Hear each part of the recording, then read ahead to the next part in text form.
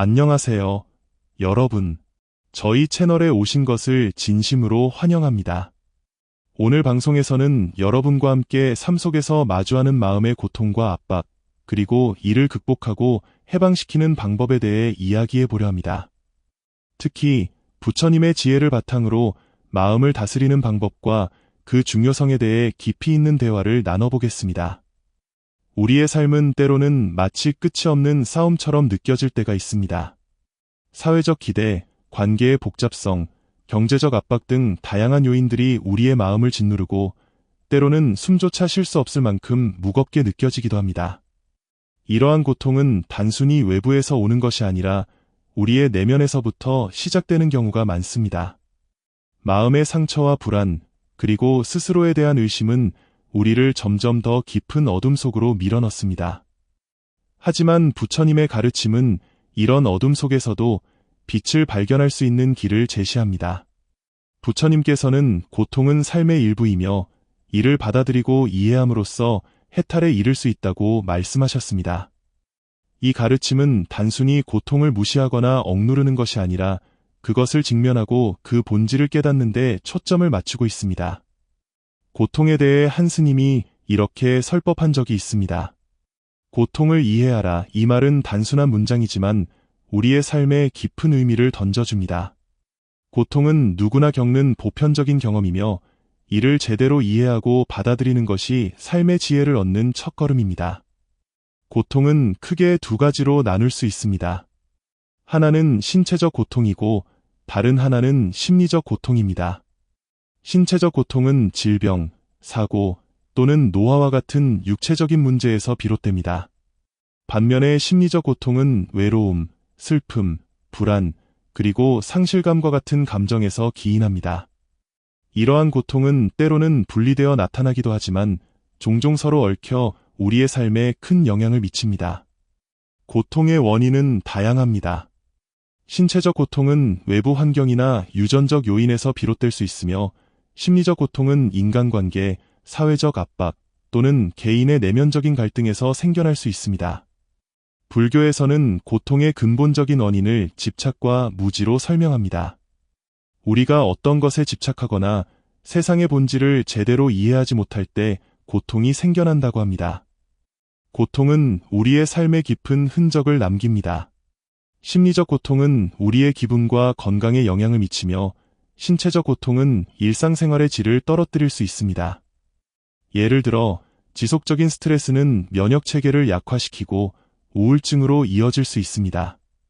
이러한 고통이 쌓이면 삶의 질이 저하되고 행복감을 느끼기 어려워질 수 있습니다.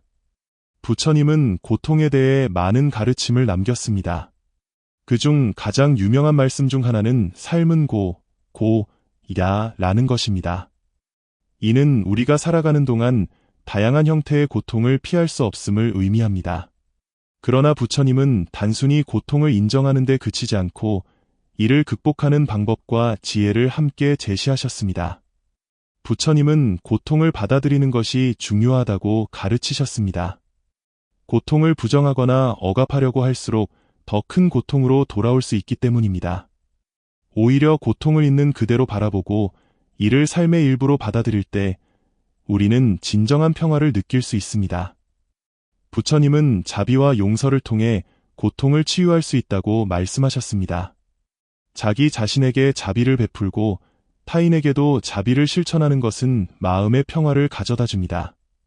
우리가 자신을 이해하고 용서할 때, 그리고 타인을 용서하고 받아들일 때 내면의 상처가 서서히 치유되기 시작합니다. 자비는 단순히 다른 사람을 돕는 것이 아닙니다. 이는 우리가 스스로를 사랑하고 우리의 약점과 실수를 받아들이는 과정에서도 나타납니다.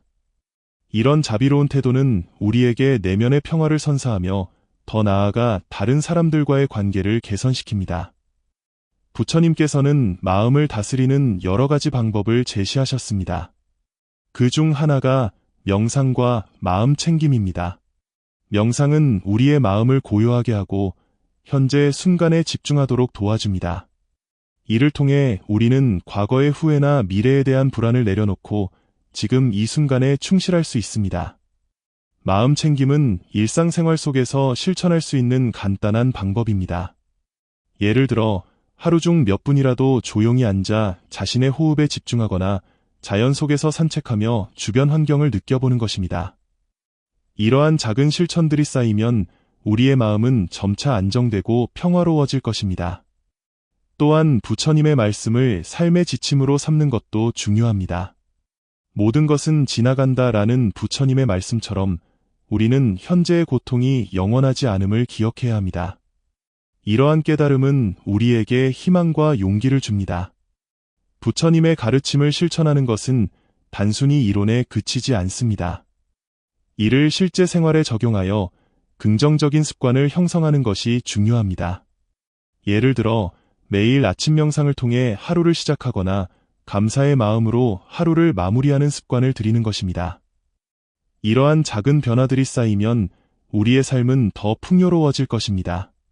고통은 우리 삶에서 피할 수 없는 부분입니다. 신체적 고통이든 심리적 고통이든 이는 모두 우리가 살아가면서 마주하게 되는 자연스러운 경험입니다. 그러나 고통을 단순히 피하거나 억압하려고 하면 오히려 더 큰 고통으로 돌아오곤 합니다. 부처님께서는 이를 깊이 이해하고 받아들이는 것이 중요하다고 가르치셨습니다. 고통을 있는 그대로 바라보고 그것을 삶의 일부로 받아들일 때 우리는 진정한 평화를 느낄 수 있습니다. 고통을 관리하는 첫걸음은 우리의 마음을 다스리는 데 있습니다.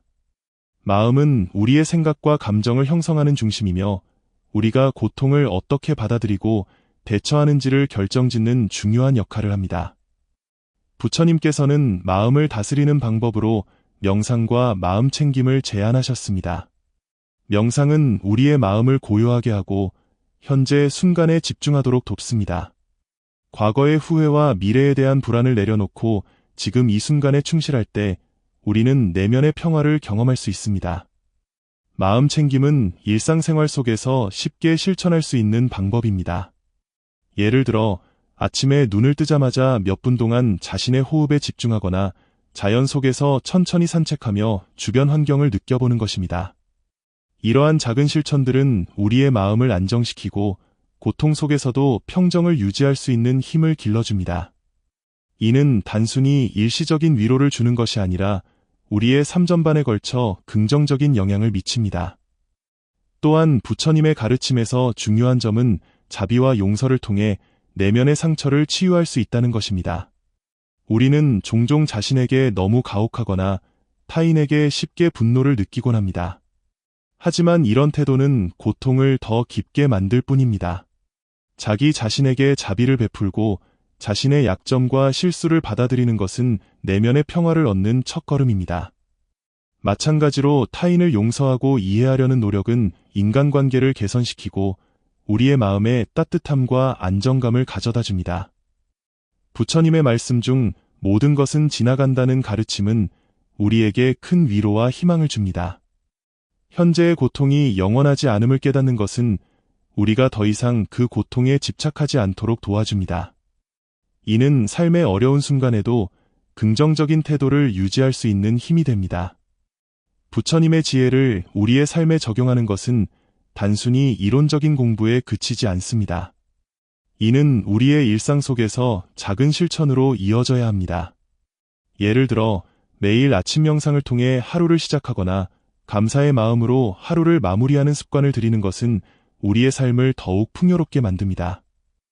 이러한 습관들은 시간이 지날수록 우리에게 더 큰 안정감과 행복감을 가져다 줍니다. 고통을 완전히 없앨 수는 없지만 이를 올바르게 이해하고 관리하는 방법을 배우는 것은 우리 삶의 질을 높이는 데 중요한 역할을 합니다. 결국 고통은 우리가 성장하고 깨달음을 얻는 과정의 일부일 뿐입니다. 이를 통해 우리는 더 강해지고 더 지혜로워질 수 있습니다. 부처님의 가르침은 우리에게 단순히 고통을 극복하는 방법뿐만 아니라 삶의 진정한 의미와 행복을 찾는 길을 제시합니다. 독자 여러분도 부처님의 지혜를 자신의 삶에 적용해 보길 권합니다. 이를 통해 내면의 평화를 찾고 고통 속에서도 빛나는 삶을 살아가길 바랍니다.